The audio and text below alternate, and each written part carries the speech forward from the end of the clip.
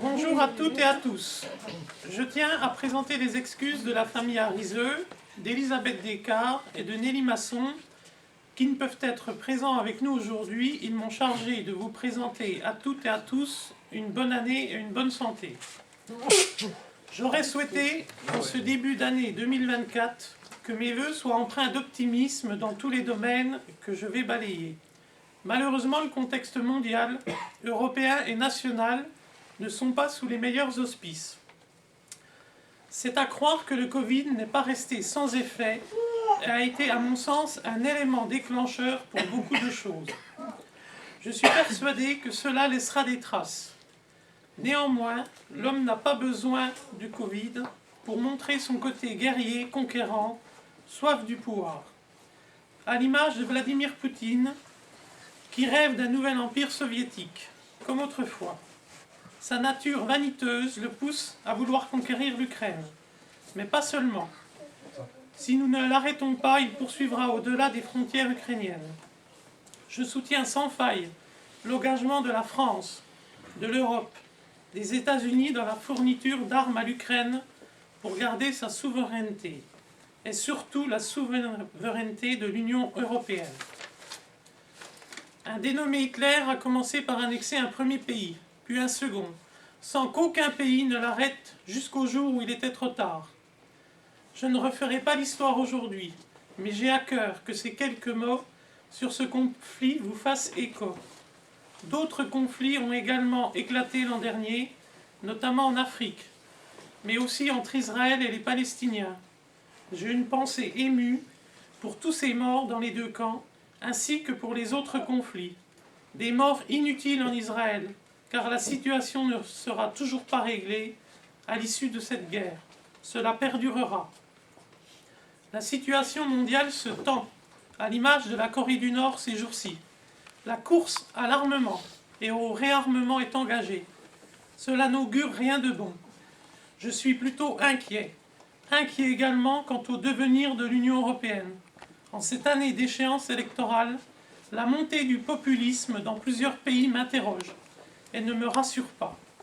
Nos gouvernants ont leur part de responsabilité, mais pas que. La bureaucratie européenne, elle aussi, est responsable de la montée des extrêmes. Je le dis sans filtre et avec beaucoup de conviction. Je suis un Européen convaincu. Je crois en cette Europe qui nous protège. Des réformes sont nécessaires. Mais avant de mettre votre bulletin dans l'urne en juin, réfléchissez bien aux conséquences que cela peut engendrer. Lorsque l'on est en colère et excédé par la politique qui est menée dans certains domaines, cela peut motiver les électeurs à se tourner vers les extrêmes. Les conséquences peuvent être inimaginables à l'instant T. Je vous cite un exemple. Suite à l'enquête menée par le Washington Post dernièrement, il est avéré qu'il y a une forme d'ingérence des Russes dans la politique française, notamment sur des élus du Rassemblement national. Il y a de quoi être inquiet pour défendre nos intérêts et celui de l'Europe au Parlement et à la Commission européenne, et notamment le soutien militaire et financier à l'Ukraine. Je ne suis pas là pour vous dire ce qu'il faut voter, mais un vote doit être mûrement réfléchi. Il en va de la souveraineté européenne. L'Europe nous protège, quoi qu'on en dise. Elle est la gardienne de la paix depuis la Seconde Guerre mondiale. Ne laissons pas l'Europe des nations se détricoter. Je voudrais en profiter pour rendre hommage aujourd'hui à un grand homme, artisan de l'Europe, décédé il y a quelques jours, Jacques Delors. Je ne ferai pas sa biographie aujourd'hui, mais il a œuvré sans relâche au sein des institutions européennes, notamment dans la création de la monnaie unique, la création d'Erasmus et bien d'autres choses qui ont fait de l'Europe ce qu'elle est aujourd'hui. Je vais clore ce chapitre avec cette citation. « Seul, on va plus vite. Ensemble, on va plus loin. » Je ne ferai pas de commentaires sur la politique nationale cette année. Chacun analysera les récentes lois votées à l'Assemblée nationale. Vous vous doutez bien que je ne peux être d'accord avec la dernière loi votée, qui n'a pas pris en compte nombre de problèmes qu'elle va induire, notamment dans le domaine médical, avec un nombre important de médecins étrangers qui ne pourront plus venir en France se perfectionner et exercer là où il y a des manques déjà. Des étudiants étrangers qui ne pourront plus étudier dans nos universités et apporter leurs compétences. Concentrons-nous sur un échelon plus proche de nous désormais, celui ou ceux qui au quotidien vous accompagnent. La région, le département, la communauté de communes, la commune. Ces 4 entités jouent un rôle essentiel. Il n'est pas simple de s'y retrouver dans le millefeuille. Qui agit dans quel domaine? Sachez qu'au quotidien, à partir du moment où vous vous levez et jusqu'au coucher, les collectivités sont présentes. Infrastructures routières, départements, communautés de communes, communes, financent la construction ou la réhabilitation des routes, le transport scolaire, compétence régionale, le périscolaire et la crèche, compétence de la communauté de communes, les écoles, compétence communale, la maison France Service, comme également. Les impôts que vous versez servent à financer tous les services que vous utilisez. On peut toujours se demander si vos impôts sont bien utilisés ou pas. Je peux vous dire que vos élus sont garants du bon fonctionnement de ces collectivités et des services liés. Je ne vous dis pas que tout va bien, dans le meilleur des mondes, mais les échelons locaux essayent d'utiliser au mieux les deniers publics. Tout n'est pas parfait, je vous l'accorde. Cela fait 2 ans que nous subissons la hausse des prix des matières premières et l'inflation dans tous les domaines. J'espère que cette année sera une année de stabilisation, voire de baisse, je l'espère.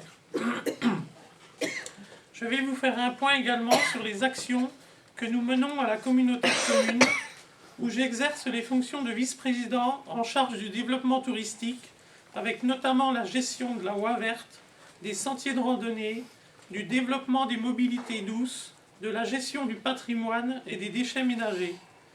Nous travaillons actuellement sur le PLUI, Plan local d'urbanisme intercommunal.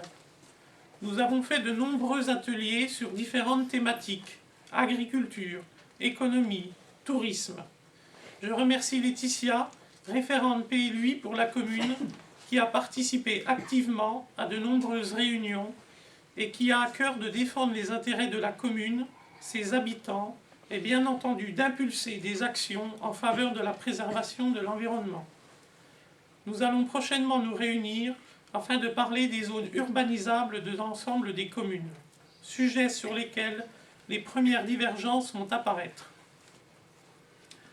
Nous travaillons également, au sein de la communauté de communes, à la poursuite du développement des zones artisanales et commerciales de Villers-Sexel. La zone du Martinet va être complètement remplie avec l'installation de l'ESAT et d'une nouvelle pharmacie, et peut-être 2 dentistes. Au niveau de la culture, de l'enfance et de la petite enfance, nous avons ouvert un nouveau centre périscolaire en Fallon. Nous finalisons le projet éducatif de territoire pour les années à venir. La culture, avec la troupe en roue libre qui s'est déplacée dans nos villages, d'autres animations culturelles vont suivre.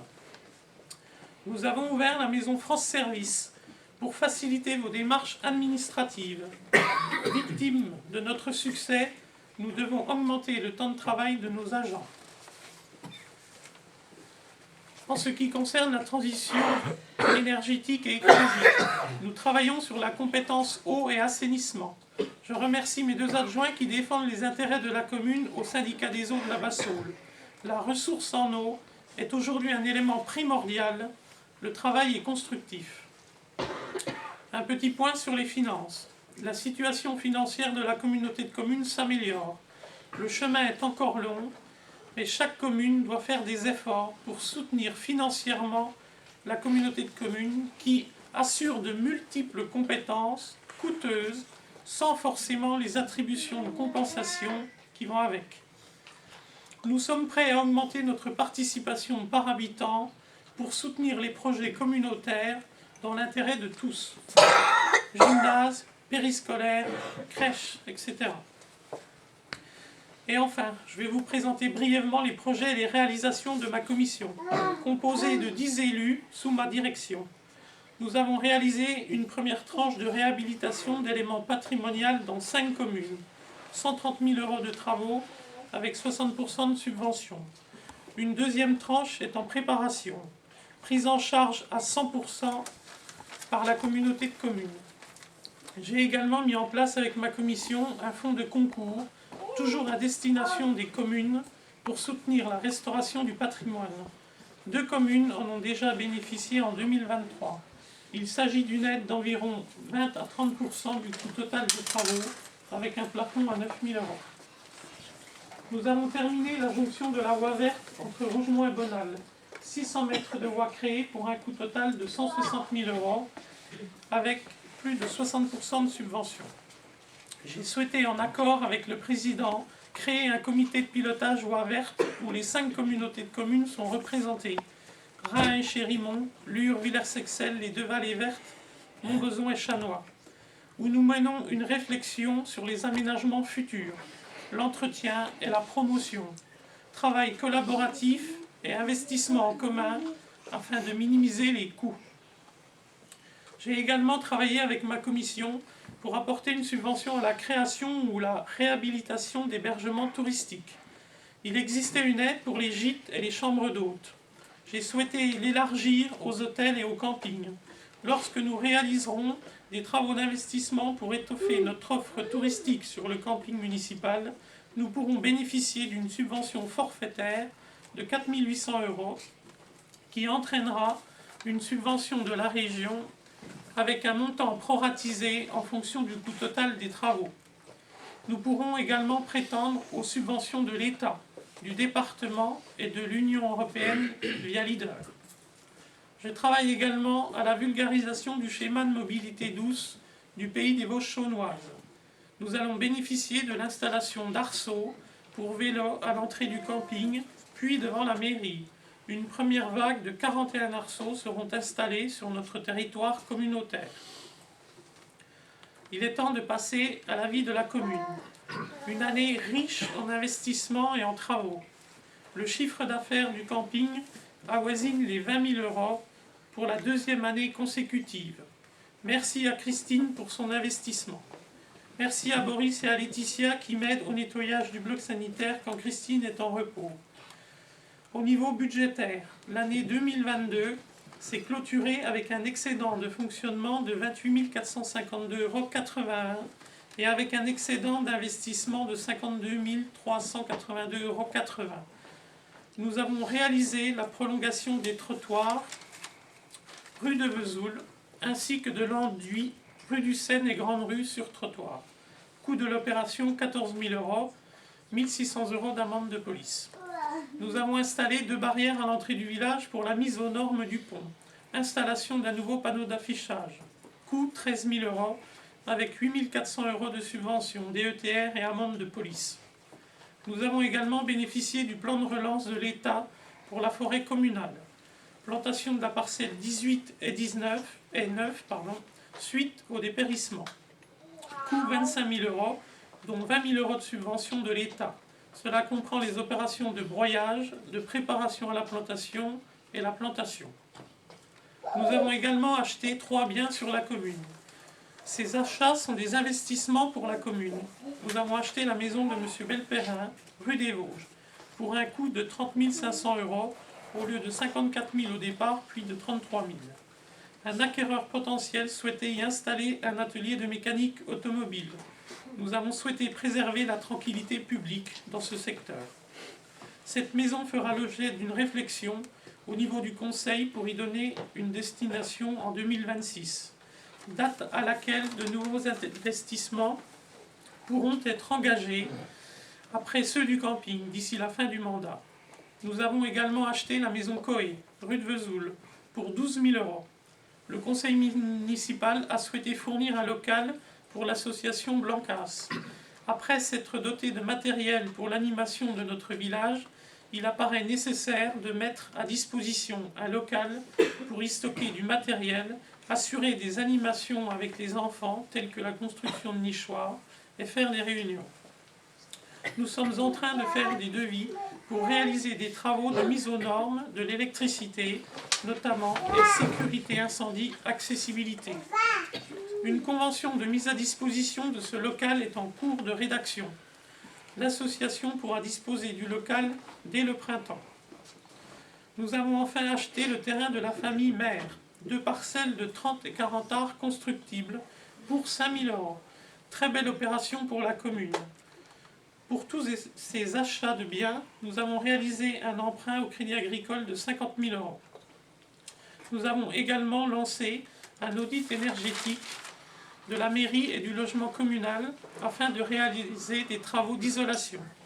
L'envolée du coût des granulés nous oblige à réduire un maximum les déperditions. En ce qui concerne les projets pour 2024, il faudra refaire l'impasse Gréboulard qui dessert 2 habitations, dont une principale désormais. L'ensemble de la signalétique du village sera revu. Une première phase avait déjà été revue en 2022. Le syndicat des eaux va réaliser des travaux rue de Vesoul à notre demande. Il est nécessaire de réaliser 2 antennes, rue du Seine et rue de l'Enfer, avant que le département ne refasse la route. Désormais, les aménagements bordure de trottoirs sont totalement terminés dans cette rue. Les enduits seront repris par le département en 2024. Nous allons profiter du raccordement du champ photovoltaïque de Marat à Abenant pour enfouir les réseaux secs rue de Marat et impasse Gréboulard.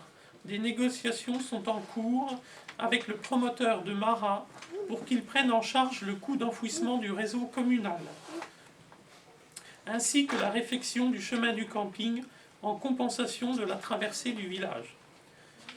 Le dernier projet qui est à l'étude sur notre commune en partenariat avec le syndicat de la Haute-Vallée de l'Oignon, c'est la création du premier espace naturel sensible de Haute-Saône, sur la commune de Pont-sur-l'Oignon et d'autres élevés.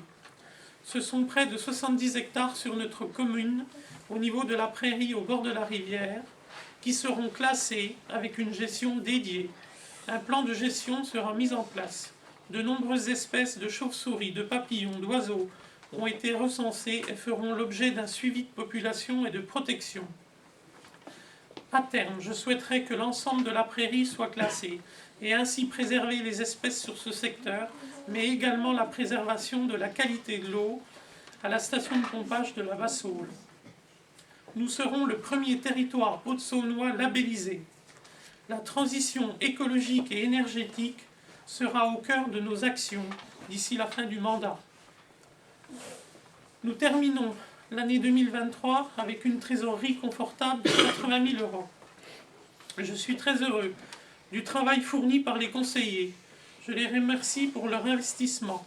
Merci également à Chantal, notre secrétaire, Christine et Bernard, qui se partagent les tâches au camping. Je remercie également l'association Blancas pour la qualité de ses animations. Merci à toi, Thomas. J'ai été un petit peu long cette année. Beaucoup de choses à dire. C'est qu'il y a de l'action. Il y a des travaux, des projets, des investissements pour le futur. Et il y a de l'argent, ce qu'il n'y avait pas lorsque nous avons commencé en 2008. J'ai une pensée pour Paul Gay, qui malheureusement nous a quittés en ce début d'année 2024. Il me reste, au nom du Conseil, et avant que Thomas ne vous présente ses vœux au nom de l'association, de vous souhaiter, à vous et à votre famille, une très bonne année 2024, une bonne santé surtout. Merci de votre écoute.